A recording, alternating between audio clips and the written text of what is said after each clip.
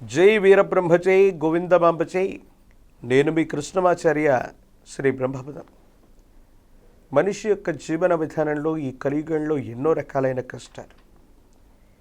ఈ కష్ట నష్టాల నుండి మనల్ని దరికి తీర్చేటువంటి తాంత్రిక విధానాల చేత, కొన్ని పరిహారాల చేత, సులభమైనటువంటి మార్గంలో మనిషి యొక్క జీవన గమనాన్ని సులభతరం చేస్తూ, సౌఖ్యవంతంగా చేస్తూ, దుఃఖమయం కాకుండా చేసే అద్భుతమైనటువంటి పరిహారాల గురించి మనం తెలుసుకుంటూ ఉన్నాం.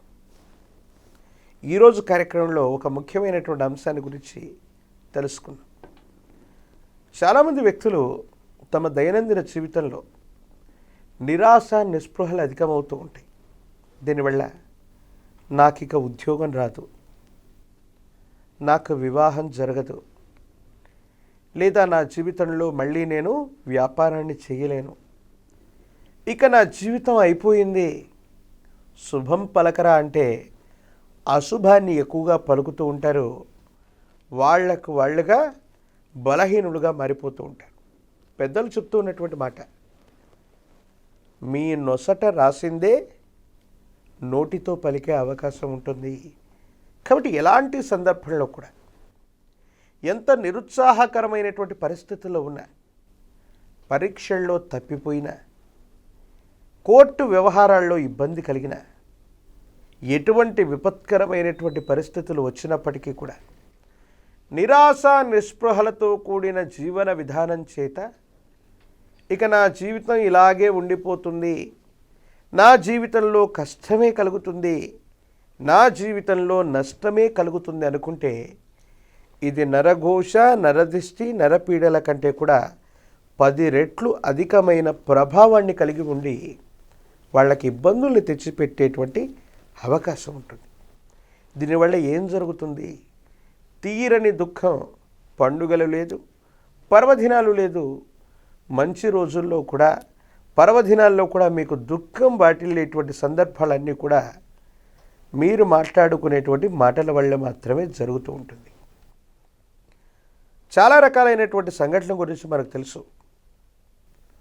నక్షత్రాలు, రాసులు, వీటి యొక్క ప్రభావం కంటే కూడా శకునాలకు సంబంధించిన ప్రభావాలు తక్షణం అనుకూలవంతమైన ఫలితాలను ఇస్తాయని చాణక్యుడు అర్థశాస్త్రంలో చెప్పి ఉన్నాడు.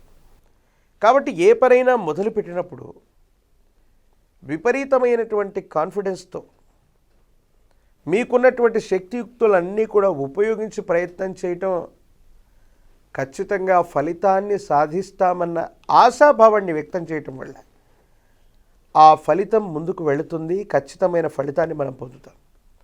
ఎప్పుడూ నిరాశావాదం చేత మనం ఉండటం, శుభం పలకరా అంటే అశుభాన్ని వ్యక్తం చేస్తూ ఉండటం, ఇక మనం ఈ పనిని పూర్తి చేస్తాం, ఈ వ్యాపారాన్ని మొదలు పెడతామంటే అది అయినప్పుడు చూద్దాం, లాభాలు వచ్చినప్పుడు తీసుకుందాం, అసలు ఈ పని అవుతుందా అన్నటువంటి అమంగళకరమైనటువంటి మాటలు మాట్లాడుకోవటం వల్ల తప్పనిసరిగా అశుభ శకునాలు మనల్ని ఎదురవుతాయి.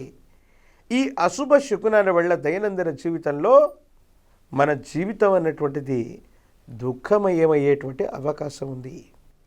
ఒకవేళ మీ కుటుంబంలో కానీ, మీలో కానీ ఈ విధమైనటువంటి అశుభ శకునాలు పలికేటువంటి వ్యక్తులు ఉన్నాయి, అశుభాలు ఎదురవుతూ ఉంటే మనం ఏం చేయాలి, వీటి నుండి పాజిటివ్ మైండ్ సెట్ని మనం ఎలా పొందాలి, ఆ శక్తి చేత మళ్ళీ మన దైనందిన జీవితంలో అద్భుతమైనటువంటి ఫలితాలు ఎలా పొందాలన్నటువంటి అంశాన్ని గురించి మనం తెలుసుకుందాం. ఇలాంటి ఇబ్బందికరమైనటువంటి పరిస్థితులు కనుక మీరు ఎదుర్కొంటున్నట్టయితే, గళ్ళు ఉప్పు చేత అనునిత్యం స్నానం చేస్తుంటే మీ జీవితంలో ఏర్పడుతున్నటువంటి ఇబ్బందికరమైనటువంటి పరిస్థితులు తొలగిపోతాయి. పెరుగు చేత స్నానం చేస్తూ ఉన్నట్టయితే అమంగళకరమైనటువంటి పరిస్థితులు కూడా తొలగిపోయేటువంటి అవకాశం ఉంది.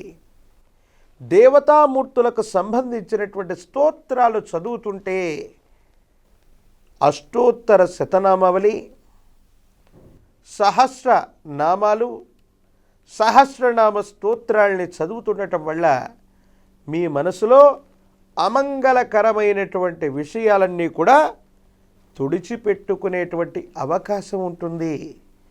ఈ అమంగళకరమైనటువంటి విషయాలు ఎలాంటి వాళ్ళకు వస్తాయంటే రజోగుణం తమోగుణం అధికమయ్యేటువంటి ఆహార పదార్థాలు తినటం, అతి చల్లగా అతి కారంగా మాంసాహార భూయిష్టమైన రకరకాల రుచులు కలిగినటువంటి అంశాలు కలిగిన పదార్థాలని భుజించటం, అతి నిద్రతో ఉండటం, శుభ్రత లేకపోవటం, ఈ విధమైనటువంటి జీవన విధానంలో ఉన్నటువంటి వ్యక్తులకి ఈ తీవ్రమైనటువంటి కష్టాలు వచ్చే అవకాశం ఉంది. కాబట్టి వీరు తప్పనిసరిగా అనునిత్యం గళ్ళు ఉప్పుతో కానీ పెరుగుతో కానీ స్నానం చేస్తూ దేవతామూర్తుల యొక్క స్తోత్రాలను చదవటం వల్ల మలినమైనటువంటి మనసు శుభ్రపడుతుంది.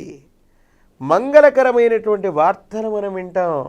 అప్పుడప్పుడు సముద్ర స్నానాన్ని కానీ నదీ స్నానాన్ని కానీ ఆచరించటం వల్ల ఇబ్బందికరమైనటువంటి ప్రభావాల నుండి కూడా మనం బయటపడటమే కాదు, సానుకూలవంతమైనటువంటి పరిస్థితుల్లో మన దైనందిన జీవితం ఉండేటువంటి అవకాశం ఉంది. కాబట్టి ఈ ప్రయత్నాన్ని చేయటం వల్ల అశుభకరమైనటువంటి మాటలు పలకటం వల్ల వచ్చిన దోషాలు తొలగిపోయి మంగళకరమైనటువంటి పనులు జరుగుతాయి.